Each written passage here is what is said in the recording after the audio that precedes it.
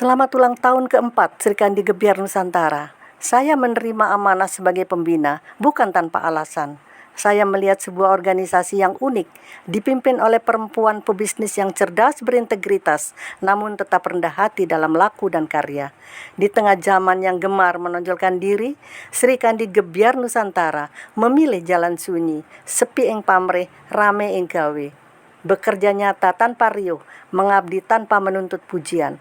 4 tahun perjalanan ini adalah bukti bahwa kepemimpinan perempuan yang berakar pada nurani sosial mampu menghadirkan dampak yang bermakna bagi bangsa. Sebagai pembina, saya berdiri bukan di atas, melainkan berjalan bersama, menguatkan nilai, menjaga arah, dan merawat semangat pengabdian.